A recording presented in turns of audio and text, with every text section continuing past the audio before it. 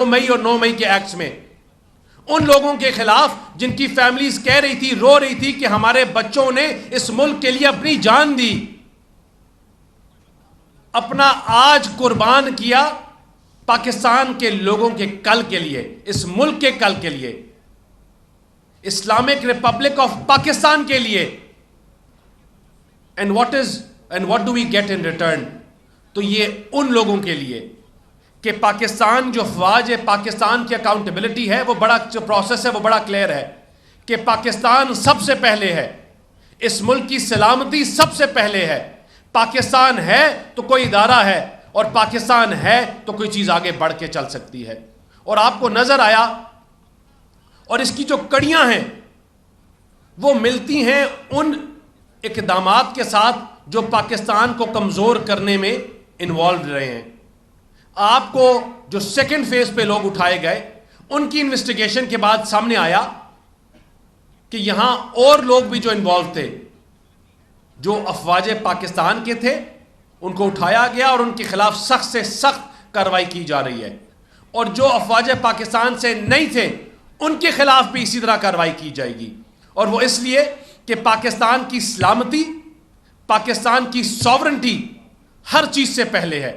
आपको नजर आएगा कि जो लोग इन तमाम चीजों में इन्वॉल्व थे, वो लोग जो पाकिस्तान के अफवाज के यूनिफॉर्म को लहराते रहे, जो पाकिस्तान की आवाम को वीडियोस में कहते थे कि आके आग लगाओ शोधाओं के जहाजों को, उन जहाजों को जिन्होंने इंडिया के जहाजों को आग लगाई, तुम आके उनको आग लगाओ। जो लोग उनको प्रवोक करते रहे, उन सब के खिलाफ अकाउंटेबिलिटी होगी। और यहां एक बहुत बड़ा सवाल यह उठता है कि उस टाइम पे जो उनकी प्रेस ब्रीफ का पहला हिस्सा था कि बिजनेसमैनों को उठाया गया, वो क्यों उठाया गया और क्यों उनको हरासा किया गया? वो इसलिए कि इमरान खान की और उनकी जमात की एक सोची साजिश थी, और वो साजिश ये थी कि पाकिस्तान इकोनॉमिकली कमज़ोर होगा या बिजनेसमैन का अपना ट्रस्ट ख़त्म होगा तो ये मुल्क डिफ़ॉल्ट की तरफ जाएगा। ये मुल्क कमज़ोर, इसकी इकॉनमी कमज़ोर होगी तो आपके मुल्क में डॉक्टर इसरार अपनी किताब में क्या लिखते हैं? वो लिखते हैं कि अगर इकोनॉमिक, पहले तो इमरान खान की पूरी उन्होंने जो अपनी किताब में लिखा कि किस तरह ये किसके एजेंडे के ऊपर काम कर रहे हैं, लेकिन एक और चीज़ लिखी कि जब एटॉमिक बॉम्ब बनाने वाले मुल्क, उनको अगर वीकन करना हो तो आप हथियारों से नहीं कर सकते, आप उनकी मैशत के थ्रू कर सकते हो।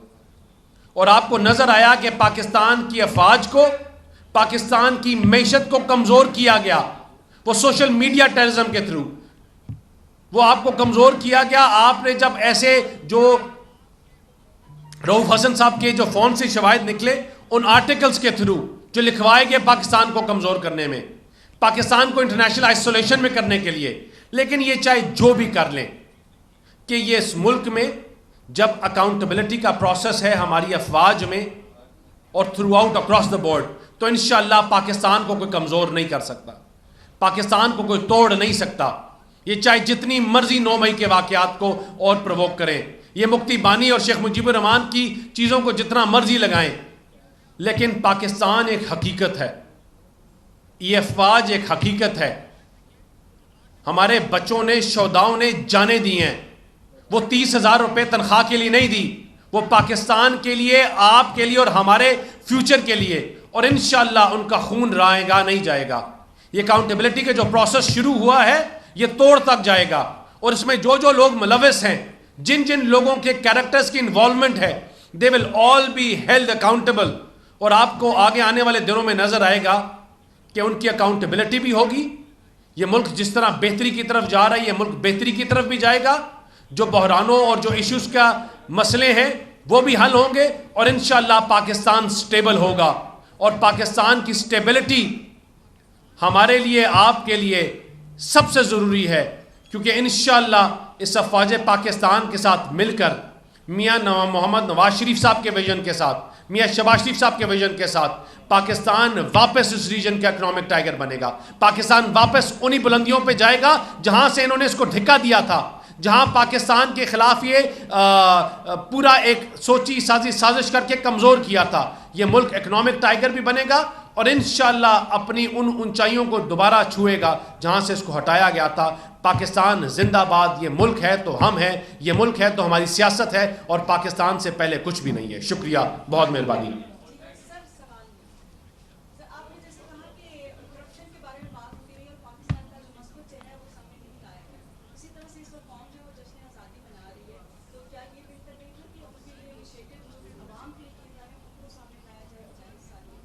دیکھیں بالکل یہ بڑا ضروری تھا، لیکن آپ نے انفارچونیٹلی، ہم نے ہمیشہ ایک چیز ہمیں بتائی گئی اور کیا کہ 14 اگست کو پاکستان کا جھنڈا لہراؤ، 14 اگست کو پاکستان کا جھنڈا لے کے اپنی گاڑیوں پہ لہراؤ.